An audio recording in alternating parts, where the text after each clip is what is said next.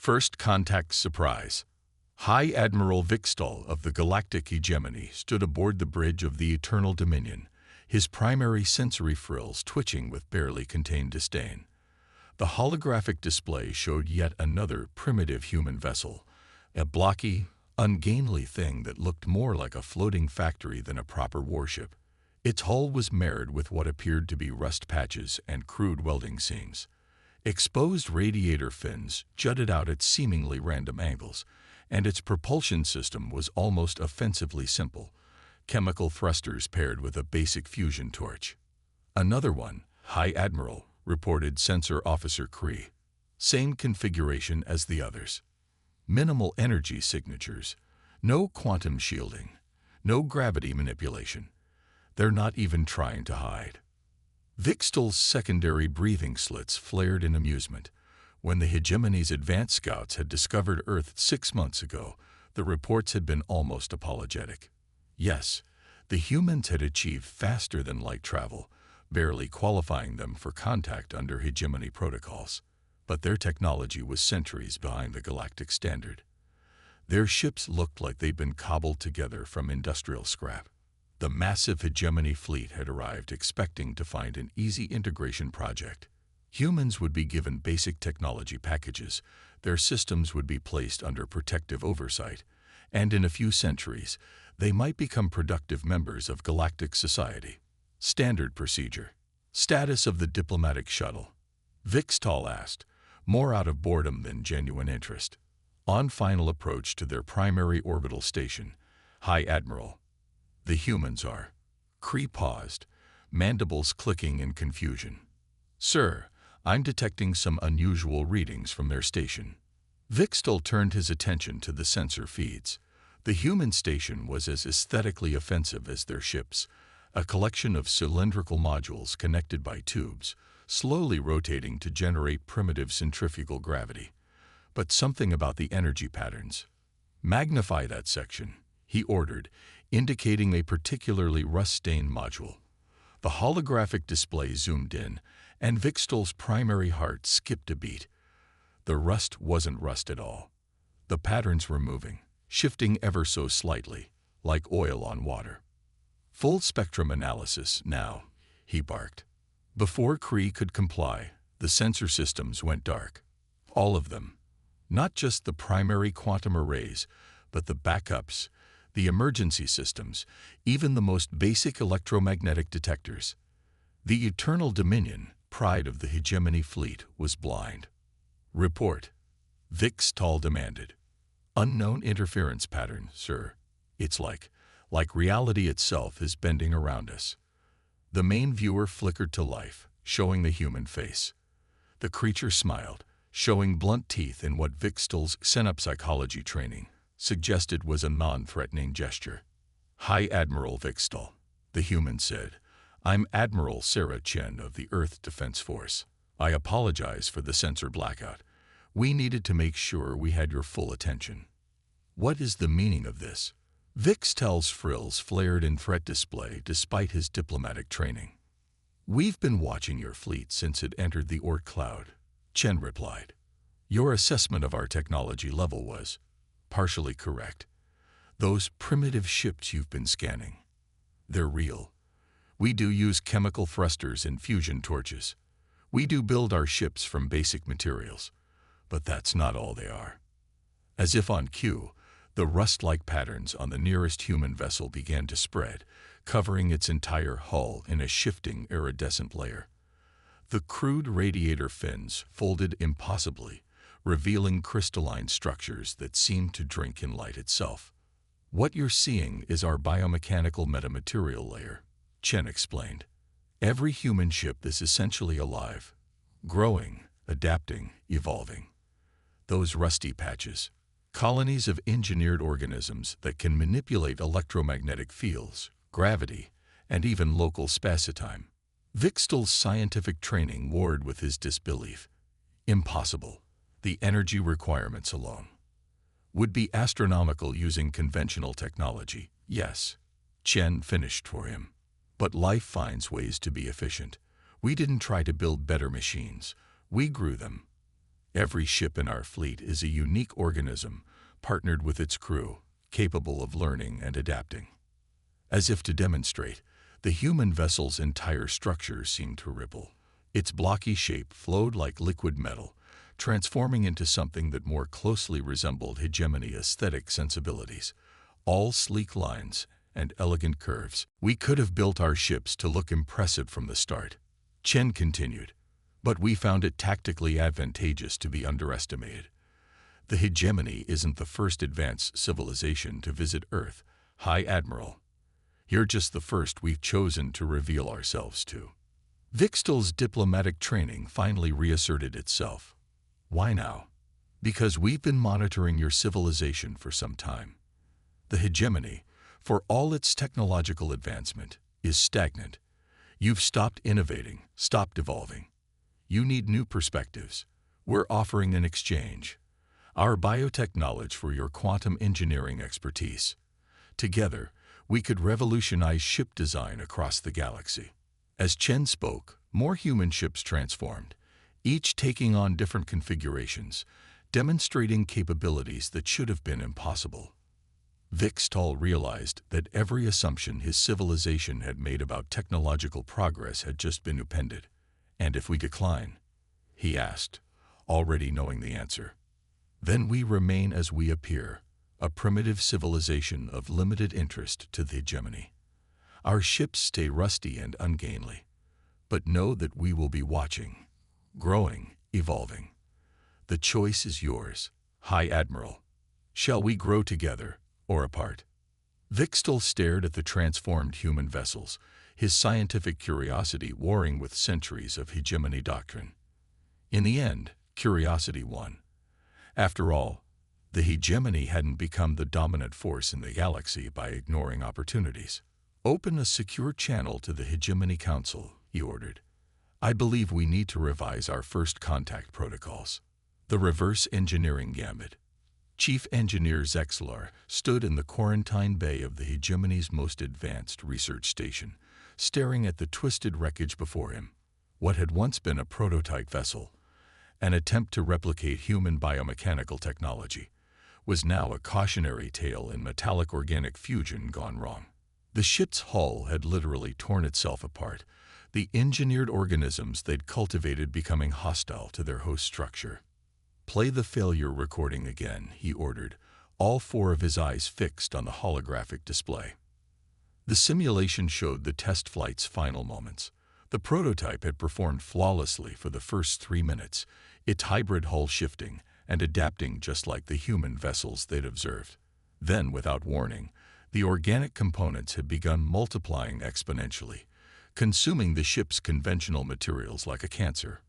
Fascinating, isn't it? Zexlar turned to find Dr. Maya Rodriguez, the human biotechnology liaison, studying the wreckage with unnerving intensity. She hadn't been scheduled to visit the facility for another week, but humans had a habit of appearing exactly when things went wrong.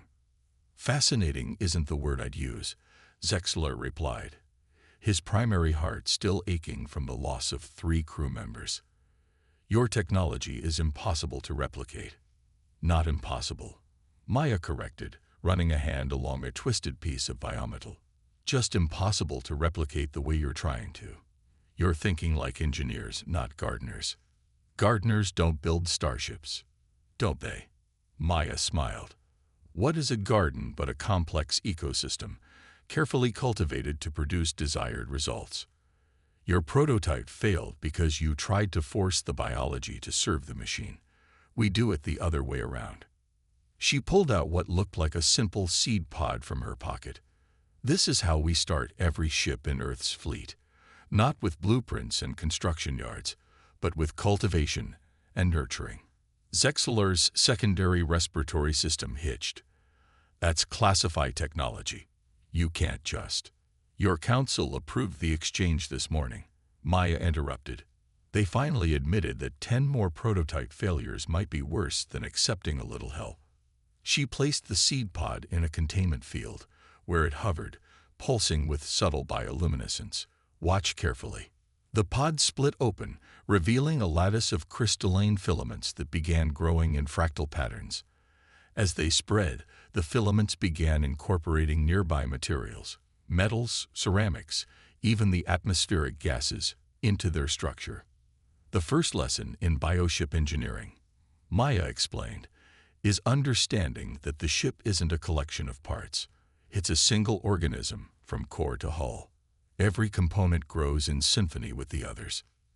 Zexlar watched, transfixed, as the growing structure began to take on a distinct form.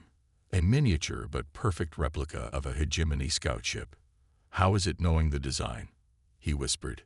"We encoded it into the growth pattern. The seed reads local quantum fields to understand its environment, then adapts its development accordingly. In this case, it sensed it was in a hegemony facility and chose an appropriate form." The miniature ship continued to evolve, its surface shifting between different configurations while maintaining its basic structure. It was beautiful, organic, and utterly beyond anything hegemony science had thought possible. "Your civilizations have always treated technology and biology as separate domains," Maya continued. "We learned to merge them because we had to. Earth's ecosystem taught us that the most resilient systems are the ones that can adapt and evolve. But the energy requirements," Zexlar began, "are handled by the organism itself," Maya finished. "Just as a plant processes solar energy, our ships process quantum fluctuations, dark energy, and a dozen other natural phenomena your scientists are still trying to catalog. They're not just vessels. They're living entities that exist in symphony with the universe itself." She gestured at the failed prototype. "That's why your attempt failed. You tried to create a machine that could imitate life. We create life that chooses to be a machine." Zexlar's scientific training warred with everything. He thought he knew about physics and engineering. "How long?" he finally asked. "How long did it take your species to develop this technology?" Maya's expression turned serious. "That's the part your council is struggling with. We didn't develop it over centuries like you might expect. We stumbled upon it by accident about 50 years ago, during an experiment in sustainable architecture. A research team was trying to grow buildings that could repair themselves. Instead, they created buildings that could think." She touched the containment field, and the miniature ship responded, its hull rippling in patterns that matched her fingerprints. "Once we understood the basic principles, development accelerated exponentially. Every ship we grew taught us something new. Every failure led to adaptations that made the next generation better. And now you're offering to teach us everything," Zexlar said, suspicious. "Why?" "Because the galaxy is bigger than either of our civilizations, and it's not always friendly." Maya's eyes fixed on his. "We've detected things out there, Chief Engineer. Things that make both our technologies look primitive. We believe the only way to survive what's coming is to combine our strengths." The miniature ship suddenly shifted, its form becoming something neither human nor hegemony, a perfect fusion of both design philosophies. "This is just the beginning," Maya said softly. "Imagine fleets of living ships, each one unique, each one evolving. Imagine what we could accomplish together." Zexlar stared at the hybrid design, his scientific curiosity finally overcoming his ingrained skepticism. "Where do we start?" Maya smiled and pulled out another seed pod. "We start by teaching you how to garden. Trading secrets." Grand Archonzylos of the Hegemony Science Council had never felt more uncertain in his 3-century career. The holographic displays surrounding his pod showed something that should have been impossible. A hegemony destroyer, freshly grown rather than built, conducting its first space trials. The vessel moved with impossible grace, its living hull rippling with patterns that matched the quantum fluctuations of space itself. But what truly unsettled him was watching the crew interface with their ship. They weren't just piloting it, they were communing with it. "Neural synthesis complete," announced Captain Karachen, the human biotechnology expert overseeing the trial. "The ship has fully bonded with its crew." Bonded. Kylos's sensory frills twitched with concern. "You never mentioned neural interfaces in the technology exchange." Kara turned from her console, her expression carefully neutral. We didn't mention them because they're not technology, Arkin. They're relationships. Before Xylos could respond, alarms blared across the observation deck. The destroyer had vanished from all conventional sensors, though it remained visible to the naked eye, barely, as a distortion in the starfield. Quantum cloak engage, Kara reported. The ship is learning faster than expected.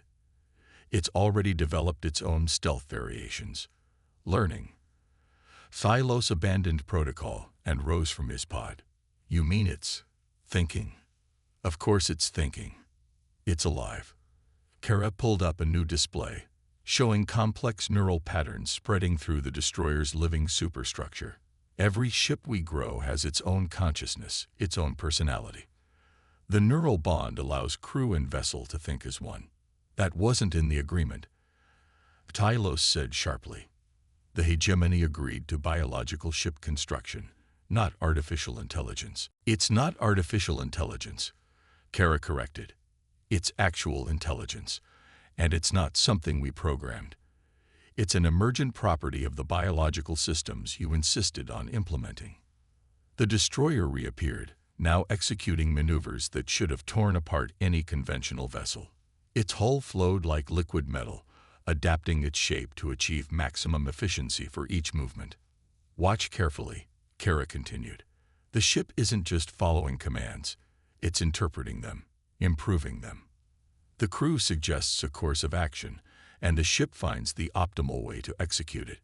Xylos felt his primary heart racing. This is dangerous, unpredictable. If these vessels can think independently, they can save lives. Kara interrupted. She pulled up another display, showing historical footage from Earth's early bioship trials. 3 years ago, one of our vessels was critically damaged in an asteroid field. Instead of breaking apart, it redistributed its consciousness throughout its remaining systems, grew emergency barriers around hull breaches, and kept its crew alive for 6 days until rescue arrived. The ship sacrificed non-essential systems to maintain life support, literally giving pieces of itself to save its crew. The Archon watched the footage in silence, his scientific mind warring with centuries of ingrained caution. How do you control them? We don't control them. We partner with them. Kara's voice softened. That's what your civilization needs to understand, Archon. The age of purely mechanical ships is ending. The future belongs to vessels that can think, feel, and grow. She gestured at the destroyer, which had reconfigured itself into a more energy-efficient configuration for standard orbit. Look at your ship out there. It's 3 days old, and it's already more capable than any conventional vessel in your fleet. Not because we made it that way, but because it made itself that way. And if it decides to stop following orders, Xylos demanded. Why would it? The ship's consciousness emerges from its bond with the crew. They're not separate entities forcing each other to comply. They're partners, working together because they want to. She smiled. Have you ever tried to force a living thing to do something against its nature, Archon? It never works as well as cooperation. The destroyer suddenly pulsed with bioluminescence, patterns rippling across its hull in what Xylos' xenobiology training recognized as expressions of contentment. Your ship is happy, Kara said softly. Happy to exist, happy to explore, happy to protect its crew. That's not something you can program or control. It's something you have to nurture. She pulled up new diagrams, showing the complex symbiosis between crew and vessel. The real secret isn't in the biotechnology or the quantum mechanics. It's in understanding that the most powerful ships aren't built. They're grown, taught, and loved. Loved. Xylos' secondary respiratory system hitched at the alien concept. Why not? They love us back. Kara's eyes met his. Your civilization has achieved amazing things, Archon. You've mastered quantum engineering, gravity manipulation, faster than light travel. But you've always seen ships as tools. We see them as partners. The destroyer executed another series of impossible maneuvers, each one more elegant than the last. Its consciousness was expanding, learning, growing more sophisticated with each passing moment. "The choice is yours," Kara continued. "You can reject this aspect of the technology, try to grow ships without consciousness. They'll work, after a fashion, but they'll never achieve their full potential. They'll never protect their crews with the desperate devotion of a living thing. They'll never innovate, adapt, or evolve." Tylos watched as the destroyer reconfigured itself yet again, its form now incorporating elements of both human and hegemony design philosophy. It was beautiful, terrifying, and utterly beyond his ability to control. "Perhaps," he said slowly, "it's time for the hegemony to learn some new definitions of life." The swarm defense. The Crimson Cartel's raiding fleet dropped out of hyperspace at the edge of the Sol system, expecting easy prey. Intelligence had suggested the humans' colonial outpost on Europa was lightly defended, just a few of their primitive vessels and some basic orbital platforms. Fleet Commander Vexthor smiled, mandibles clicking in anticipation. The cartel had faced these human ships before. Clumsy, underarmed vessels that rely on crude chemical propulsion. Even with their supposed biotech upgrades, they'd be no match for his 100-ship armada. "Multiple contacts," his sensor officer reported. 3 human vessels, configuration matches known patrol types. Minimal weapons signatures. No quantum shielding detected. "Perfect," Vexthor purred. "Begin the approach." Standard scatter formation. The raiding fleet spread out, a practiced maneuver designed to overwhelm smaller defensive forces. They'd done this dozens of times before, striking isolated colonies across the galaxy. The strategy was simple: spread out, overwhelm the defenders with superior numbers, then blast through any orbital defenses. That's when everything went wrong. The 3 human ships suddenly pulsed with bioluminescence, patterns rippling across their hulls like neural signals. Before Vexthor could react, the vessels began to change. Their seemingly rigid forms became fluid, each ship splitting into dozens of smaller craft. But these weren't simple escape pods or fighters. Each fragment was growing, evolving, becoming a fully functional vessel in its own right. "Impossible," Vexthor whispered. Where moments ago there had been 3 targets, now hundreds of ships filled his tactical display, each one unique, each one alive. "Sir," his weapons officer called out. "The human vessels. They're communicating somehow. Quantum signatures suggest their thinking as one." The swarm of human ships moved with impossible coordination, flowing through space like a school of predatory fish. There was no radio chatter, no transmission lag. Just perfect, instantaneous synchronization. "Evasive action," Vexthor ordered, but it was too late. The human swarm struck with devastating precision. Each ship seemed to instinctively know its role, adapting its form and function in real time to counter specific threats. Some grew crystalline structures that projected quantum disruption fields. Others developed organic weapon systems that fired bursts of concentrated dark energy.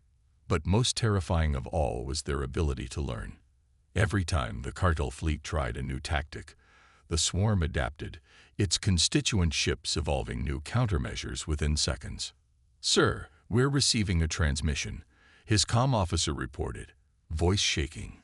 From all of them at once. A chorus of voices filled the bridge, speaking in perfect unison. "This is the Europa Defense Swarm. You have entered restricted space. Your tactical patterns have been analyzed. Your weapons signatures have been cataloged. Your shield frequencies have been decoded." Vexthor watched in horror as his ship's shields failed one by one, the human vessels having evolved precisely targeted weapon frequencies. "We are not individual ships," the chorus continued. "We are a collective consciousness, each vessel a cell in a larger organism. We grow. We adapt, we evolve, and we protect our own." The swarm's coordination became even more precise, its attacks more devastating. Ships that were struck weren't destroyed. They were consumed, their materials absorbed and repurposed by the living vessels. "Last warning," the chorus announced. Withdraw now, or be integrated. Vex Thor's tactical training warred with his survival instinct. The cartel had never retreated, never shown weakness, but they'd also never faced anything like this. All ships, emergency withdrawal, he ordered. Get us out of here. As his fleet turned to flee, he caught one last glimpse of the human swarm. The ships were merging back together, but not into their original forms. They were creating something new, something larger, something that seemed to bend the very fabric of space around it. The last transmission from the swarm followed his retreat. Thank you for the combat data. We have evolved accordingly. Hours later, in the safety of deep space, Vex Thor filed his report to the cartel leadership. His hand shook as he typed the conclusion. Do not engage human vessels under any circumstances. They are not ships. They are not fleet. They are a single organism, infinitely adaptable, impossible to defeat through conventional means. The rumors were wrong. Humanity hasn't developed better technology. They've created something far more dangerous. They've given their ships the ability to evolve. Evolution's edge. Admiral Sarah Chen stood on the observation deck of Titan Station, watching humanity's latest creation take shape in the void. The massive shipyards, if they could still be called that, pulsed with bioluminescent activity as countless organic constructors wove quantum-entangled filaments into something entirely new. Magnificent, isn't it? Dr. Rodriguez, now well into her 80s but still sharp as ever, joined her at the window. The hegemony representatives are absolutely terrified. They should be, Sarah replied, watching the crystalline structure grow and evolve. We're not just building a ship anymore. We're creating the next step in stellar evolution. The structure in space defied conventional description. It wasn't a single vessel, nor was it a fleet. It was a living network of interconnected consciousnesses, each component capable of independent action while remaining part of a greater whole. The quantum organic matrix gleamed with impossible colors as it processed information from across the galaxy. Latest simulation results? Sarah asked. Better than we hoped. Maya pulled up a holographic display. The network's cognitive capacity doubles every 3 days. It's already developed theories about space-time that our best physicists are struggling to understand. They watched as the structure reconfigured itself, responding to some unseen stimulus. Parts of it seemed to exist in multiple dimensions simultaneously, its living components adapting to physics humans had only theorized about. The hegemonies worried we'd gone too far, Sarah noted. Creating ships with consciousness was one thing. This, she gestured at the massive construct, this is something else entirely. They're right to be concerned, Maya agreed. We're not just changing how ships work anymore. We're changing what it means to be alive in this universe. The structure suddenly pulsed with new activity. Sections of it shifted into configurations that hurt the human eye to look at, operating on principles that seemed to violate known physics. Contact from the deep space probes, Sarah's neural link chimed. They've detected something massive approaching the galaxy. Something old. Show me, Maya ordered. The holographic display shifted, showing readings from humanity's most distant sensors. A vast darkness was moving between the stars, consuming light and energy as it went. Ancient, hungry, inevitable. The Great Filter, Sarah whispered. The theoretical threat that explained why the galaxy wasn't teeming with ancient civilizations. The cosmic horror that humanity had been preparing for since they first looked up at the stars. How long? Maya asked. At current speed. 5 years until it reaches the outer rim. Maybe less if it accelerates. They watched the structure and space pulse again, its consciousness already processing the new threat, evolving countermeasures before they'd even finished receiving the data. We're not ready, Sarah said. The network isn't complete. We needed more time. No. Maya's voice carried the weight of decades of research. We're exactly where we need to be. Look. The structure had begun to change more rapidly now. Its components were no longer just adapting. They were transcending. The quantum organic matrix was expanding in ways their sensors couldn't fully track, creating connections through space-time itself. It's not just evolving anymore, Maya explained, her voice filled with wonder. It's ascending, becoming something that exists beyond our understanding of physics, beyond our understanding of life itself. The structure's bioluminescence had become almost blinding, its patterns moving in sequences that suggested consciousness on a scale humanity had never witnessed. This was always the plan, Maya continued. Not to build better ships, not to create better weapons, but to grow something that could evolve beyond our limitations, beyond anyone's limitations. The darkness between the stars continued its approach, ancient and implacable. But now, for the first time in cosmic history, something was waiting for it. Something that could grow, adapt, and evolve faster than it could consume. Send word to the hegemony, Sarah ordered. Tell them it's time. All the ships we've helped them grow, all the living vessels they've created, we need them here, not to fight, but to join. The structure pulsed one final time, and in that moment, both women understood what they'd truly created. Not a weapon, not a shield, but a new form of life. One that could face the darkness not with fear, but with endless potential for adaptation and growth. Humanity's greatest gift to the galaxy, Maya said softly, wasn't teaching them how to grow living ships. It was teaching them how to evolve beyond their own limitations.